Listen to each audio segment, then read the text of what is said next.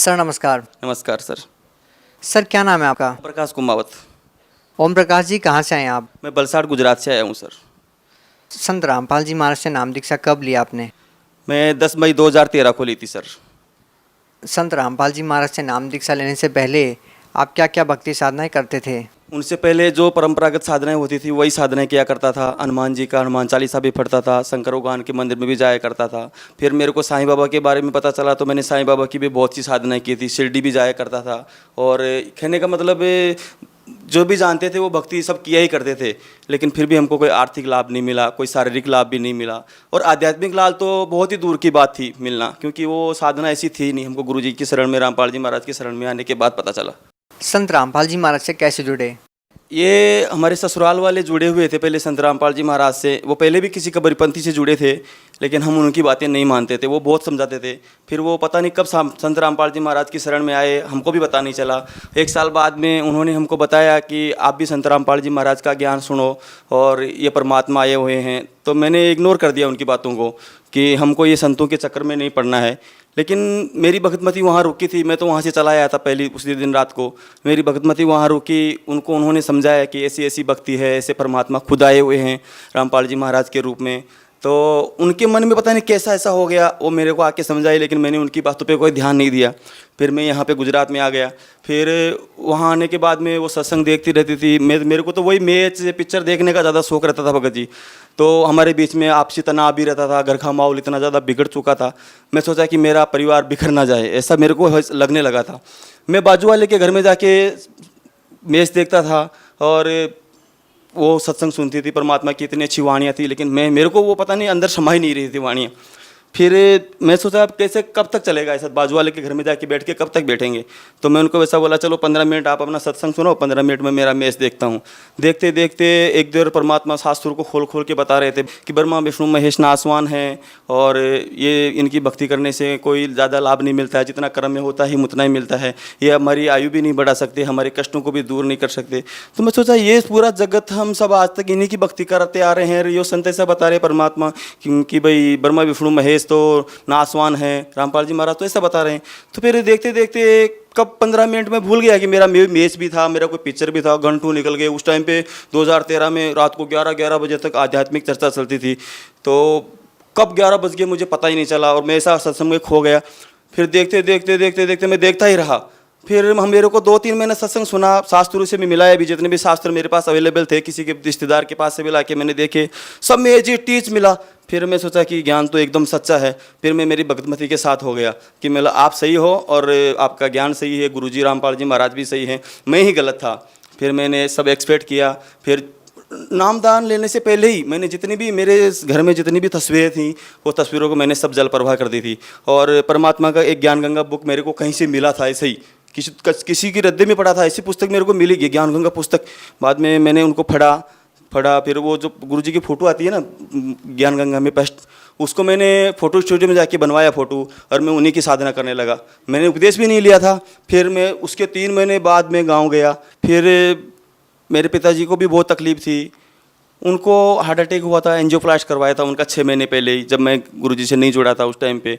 फिर मेरे को ऐसा लगा कि मेरे पिताजी को इनसे बहुत ज़्यादा राहत हो सकती है, लेकिन उनको ज्ञान पता नहीं था, मुझे पूरा ज्ञान था। मैं गया, मेरे पिताजी ने बोला आ गए, मैं बोला आ गया। तो उन्होंने बोला कि आप एक काम करो, मेरे लिए दवा पूरी हो गई है और कल दवा भी लेके आना। मैं बोला अभी दवा नहीं लेना है। उन्होंने बोला दवा नहीं लूँगा तो मैं मर जाऊँगा, डॉक्टर ने बोला कि तू दवा बंद मत करना, तेरा हाथ कुछ भी हो सकता है। मैं बोला अभी परमात्मा मिल गए हैं संत रामपाल जी महाराज के रूप में और अभी हमको दवा की ज़रूरत नहीं है। उन्होंने बोले कौन रामपाल जी महाराज है? मैं बोला ऐसे ऐसे। मैंने उनको थोड़ा बहुत ज्ञान समझाया। तो उनको ऐसा लगा कि देवी देवताओं की भक्ति नहीं करनी है तो समाज से बहुत दूर हो जाएंगे। तो उन्होंने बोला नहीं मैंने ऐसा नहीं कर सकता। मैं बोला देखो परमात्मा है और उनकी शरण में जाने से ना आपको दवा खाने की ज़रूरत है। ये समाज आपको क्या दे रहा है? कुछ तो नहीं दिया। आप इतने दुखी थे, कौन आपके पास आके बैठता था? मेरी बात मानो, मैं आपका दुश्मन नहीं हूँ, मैं आपका लड़का हूँ, चलो मेरे साथ। तो उन्होंने मेरी बात मान ली। फिर संत रामपाल जी महाराज को दर्शन के लिए गए। तो मैंने परमात्मा संत रामपाल जी महाराज से अरदास लगाई कि गुरुजी ऐसे ऐसी बात है और मेरे पिताजी को बहुत तकलीफ है, वो दवा भी लेते हैं और रोते ही रहते हैं, उनको बहुत कष्ट रहता है। रामपाल जी महाराज ने बोला बेटा दवा कचरे के डब्बे में डाल देना, सब कुछ खाओ पियो। वो घी दूध सब कुछ बंद कर दिया था। शरीर इतना वीक हो गया था कि चलने में भी असमर्थ थे। परमात्मा रामपाल जी महाराज की शरण में जाने के बाद में उन्होंने दवा भी नहीं ली। आज तक उन्होंने एक भी दवा नहीं खाई उस चीज़ की। हाँ, सर्दी जुकाम थोड़ा बहुत और कुछ होता है उसकी दवा ले लेते हैं, लेकिन बाकी उसकी दवा एक भी नहीं ली। उनका कितनी बार डॉक्टर का फ़ोन आता है हमारे पास, अरे आप दवा चेकअप कराने के लिए नहीं आता। मगर हमको तो बहुत बड़ा डॉक्टर संत रामपाल जी महाराज के रूप में मिल गया है, हमको अभी दवा की ज़रूरत नहीं है। एकदम बिल्कुल स्वस्थ हो गए वो, और भाग भाग के फर्स्ट क्लास काम भी करते हैं, उनका शरीर भी एकदम तंदुरुस्त हो गया है। वो दुनिया को बताते हैं कि अभी उसके बाद में मेरे बुआ की लड़की की शादी थी, तो उसका वो जो मायरा लेके जाते हैं, हमारा दिल नहीं था लेकिन फिर भी हमको जाना पड़ा। उधर लोगों ने पूछा कि तुम दवा नहीं लेते हो, ऐसा नहीं लेते हो। मेरे पिताजी ने दिल खोल के बता दिया कि हमको तो इतना बड़ा डॉक्टर मिल गया है, हमको दवा की कोई ज़रूरत नहीं है। पहला लाभ तो भगत जी मेरे को ये हुआ। दूसरा लाभ, मेरी एक बच्ची है, उनको भी सतनाम मिला हुआ है, और वो भी मेरे साथ ही उन्होंने रामपाल जी महाराज से उपदेश ले लिया था। बहुत ही दृढ़ बच्ची है, मेरे से भी ज़्यादा उसको परमात्मा पे विश्वास है। उसको एलर्जी हो गई थी, पूरा शरीर उसका इतना ज़्यादा ऐसा खून निकाल देती थी। चर्म रोग विशेषज्ञ डॉक्टर जो स्पेशलिस्ट डॉक्टर होते हैं उनको बताया, कितने डॉक्टरों को बताया, फिर उन्होंने बोला कि यहाँ गुजरात का वातावरण इनको सूट नहीं कर रहा है, तो इनको यहाँ से आपको राजस्थान भेजना पड़ेगा। अभी बच्चे इधर पढ़ते हैं तो मैं राजस्थान कैसे भेज सकता हूँ। मेरे को इतना ज्ञान भी नहीं था कि परमात्मा को ऐसा अर्जी लगाने से तुरंत फायदा होता है। मैंने परमात्मा को तुरंत अर्जी लगाई, परमात्मा ऐसी ऐसी बात है, बच्चों का भविष्य बिगड़ जाएगा, अभी कैसे करो। परमात्मा ने बोला बच्चा, परमात्मा दया करेंगे। उस बच्ची का एलर्जी पता नहीं कब कैसे दूर हो गया, मुझे पता ही नहीं चला, और वो एकदम स्वस्थ आज भी बच्ची आई हुई है, बाहर बैठी है। रामपाल जी महाराज ने इतनी दया की उस बच्ची पे ऊपर, और उनका एलर्जी बिल्कुल एकदम स्वस्थ हो गया। तीसरा लाभ, भगत जी मेरे पास ज़मीन थी लेकिन मैं मकान बनाने की मेरी सामर्थ्य नहीं थी, मेरे पास पैसा नहीं था। मैं रैंक पे रहता था, कभी 6 महीने इधर कभी 6 महीने उधर, ऐसे ही भटकता रहता था। मेरी भक्तमती बोलती थी परमात्मा से अरदास लगाओ रामपाल जी महाराज से, ये तो कुछ भी कर सकते हैं। तो मैं बोला परमात्मा रामपाल जी महाराज कुछ भी करेंगे लेकिन फिर भी अपने पास पैसा तो होना चाहिए। तो बोला आप अरदास लगाओ रामपाल जी महाराज से, वो करेंगे। मैं दर्शन के लिए गया, रामपाल जी महाराज को अरदास लगाई। जब दर्शन के लिए गया तो परमात्मा ज़मीन तो है लेकिन मकान बनाना चाहता हूँ। रामपाल जी महाराज ने बोला बेटा तू तो दिल खोल के चालू कर दे, तेरा काम हो जाएगा। और मेरा काम एकदम ऐसे हो गया। आज 25 लाख रुपए मेरे पास, 2-3 लाख रुपए मुश्किल से थे, और 25 लाख रुपए का मकान परमात्मा ने कैसे बनवा दिया। किस जो आदमी को मैं जानता भी नहीं था वो भी मेरी मदद के लिए वहाँ पे आया भगत, और मेरा मकान बन गया। मेरा मकान जब चालू किया था तो मैं परमात्मा ने बोला था कि कोई पूजा नहीं करनी है। मैंने उधर कह भी था कि परमात्मा सब लोग मुहूर्त लगाते हैं, भूमि पूजन करते हैं, मेरे को क्या करना है। परमात्मा ने बोला बेटा ज्योति का संकल्प कर लेना और ज्योति जला देना और चालू कर देना। मैंने बोरिंग करने के लिए मशीन आ गई। परमात्मा को, रामपाल जी महाराज को ज्योति लगा दी, प्रदंडों प्रणाम किया। फिर बोला, बोरिंग वाला बोलता नारियल लाओ, अगरबत्ती लाओ। मैं बोला ये ऐसा हमको नहीं करना है। बोलता कहाँ बोरिंग करना है? बोला इधर करना है। किसी से पूछा था? मैं बोला मेरे रामपाल जी महाराज मेरे गुरुजी से पूछा था। बोला जो बेटा तुम्हारा सब जगह योगी लाके वहीं पे कर लेना। बाजू वाले घर में 90 फुट पे पानी था भगत जी, लेकिन मेरा बोरिंग 160 फुट चला गया, एकदम सूखा, बिल्कुल पानी नहीं निकला। मैं एक कोने में बैठे बैठे सुमरण कर रहा था, और सब लोग जितने भी आजू बाजू वाले थे सब खड़े थे, वो सब बातें कर रहे थे। ये देवी देवताओं को नहीं मानता है, वो रामपाल जी महाराज का ज्ञान ले लिया है इसने, कहाँ से पानी होगा, वो है, वो ऐसा नहीं करता है, पूजा नहीं करता है। मैं बोला परमात्मा जो करना है आपको ही करना है, इसी में मेरे को सब कुछ करना है, यही बोरिंग रहना चाहिए। मैं बोरिंग वाले को बोला भाई तू बंद कर दे बोरिंग, तेरा जितना पैसा होता है तू लेके जा। और बोलता है क्या करेगा, दूसरा बोरिंग तो तेरे को करवाना पड़ेगा। मैं बोला जो होगा सो देखा जाएगा, तो कितना पैसा होता है। उसका जो बिल बना के दिया, जितना बोरिंग पैसा हुआ मैंने उसको देख के भेज दिया। पता नहीं कैसे परमात्मा ने रजा की गिल्ली मिट्टी आई थी भगत जी, पानी नहीं आया था। और वही बोरिंग से सब ने देखा, वही बोरिंग से मैंने घर बनाया, एक किसी से भी एक बाल्टी भी पानी नहीं ली, और आज वही बोरिंग इतना धड़ल्ले से चल रहा है, कभी पानी की कमी नहीं आई उसमें। परमात्मा ने इतने, अभी गिनाने जाऊंगा तो कितना गिनाऊं भगत जी, आपका भी टाइम थोड़ा लिमिट होता है, लेकिन बहुत लाभ दिए हैं, आर्थिक लाभ दिए हैं, शारीरिक लाभ दिए हैं। बच्चे भी, मेरा बच्चा था एक, वो बिल्कुल भी खाना नहीं खाता था, 4 साल का था उस टाइम पर, 3 साल का ही था, बिल्कुल भी खाना नहीं खाता था, माँ का दूध का स्वाद वो कुछ भी नहीं लेता था, एकदम कमज़ोर था। परमात्मा को मेरी भगतपति ने प्रार्थना की, परमात्मा बच्चा खाता नहीं है, क्या मालूम क्या हो गया। परमात्मा ने बेटा खा लेगा। उसी टाइम जैसे परमात्मा ने बोला, चाय और बिस्कुट आश्रम में खाया। रामपाल जी महाराज ने जैसे ही उनके सर पे हाथ रखा ना, उनका खाना चालू कर दिया। और कहने का मतलब परमात्मा ने हर पल मदद की है। अभी छोटी छोटी बातें बताऊंगा तो भगत जी बहुत लंबी हो जाएगी, लेकिन जो भी किया परमात्मा ने बहुत ही अच्छा किया। जब हम अपने आप को बहुत ही भाग्यशाली मानते हैं कि परमात्मा ने हमको ऐसा ज्ञान दिया, आध्यात्मिक ज्ञान सबसे बड़ा लाभ तो वही है कि हमको परमात्मा मिले, सतलोक जाने का रास्ता सूझा, बस। देखिए, आज के दिन लोग भक्ति तो कर रहे हैं, लेकिन भक्ति करते करते भी दुखी हैं। आप क्या कारण मानते हैं कि लोग भक्ति कर रहे हैं? कोई किसी मंदिर में जा रहा है, कोई मस्जिद में जा रहा है, कोई गुरुद्वारे में जा रहा है, कोई चर्च में जा रहा है, भक्ति सभी कर रहे हैं, लेकिन दुखी क्यों हैं? क्या कारण मानते हैं? भक्ति आप भी कर रहे हैं, आप लोगों को सुख हो रहे हैं, लेकिन भक्ति और लोग भी कर रहे हैं, फिर भी वो परेशान हैं। आप भी पहले भक्ति करते थे, लेकिन पहले आप दुखी थे, आज सुखी हैं। ये कारण क्या है? उसका कारण यही है भगत जी, उनकी साधनाएं शास्त्र अनुकूल नहीं है। उनकी सच्ची साधनाएं हैं, वो लोक वेद के आधार पे भक्ति करते हैं। जो भी उनको गुरु मिले, धर्म गुरु, वो भी हुआ भाई ऐसा लोक वेद के आधार पे उनको ज्ञान बताते हैं। रामपाल जी महाराज शास्त्रों के अनुकूल भक्ति बताते हैं। हमको भी लाभ नहीं हो रहे थे, हम भी बहुत भक्ति करते थे। हनुमान चालीसा आज भी मेरे को खंटक से याद है। अच्छा, ये बताइए कि शास्त्र अनुकूल साधना क्या होती है? मतलब इसकी परिभाषा क्या है? सभी संत रामपाल जी महाराज के अनुयायी यही कहते हैं कि हम शास्त्र अनुसार साधना करते हैं, दूसरे संत शास्त्रों के विरुद्ध साधना करते हैं। आखिर ये शास्त्र अनुकूल साधना है क्या? देखो, शास्त्र अनुकूल साधना है, अपने सदग्रंथों में लिखा है, जैसे गीता जी में लिखा है कि ओम तत्सत, ये 3 प्रकार का ये गुरु सच्चिदानंद ब्रह्म को प्राप्त करने का मंत्र है। तो ओम ब्रह्म का है, तत् फिर पर ब्रह्म का है, और फिर सत पूर्ण ब्रह्म का है। ये एक भक्ति का बेस है। अच्छा, आपने अभी एक ओम तत् सत का जिक्र किया, क्या ये मंत्र जाप करने से लोगों को मोक्ष या लाभ मिल जाएगा? ऐसा नहीं है भगत जी, ये कोड वर्ड हैं। ओम तो सीधा ही परमात्मा ने बताया है कि ओम तो सीधा ही ब्रह्म का है, लेकिन तत्व और सत्य ये सांकेतिक मंत्र है। कितने लोग सत मंत्र सतनाम करते हैं, लेकिन ये ओम और तत्व मिलकर परमात्मा ने बताया सतनाम होता है। ये परमात्मा ने हमको बताया कि ओम के साथ कौन सा मंत्र जुड़ने से आदमी का मोक्ष होता है, उसका कल्याण होता है।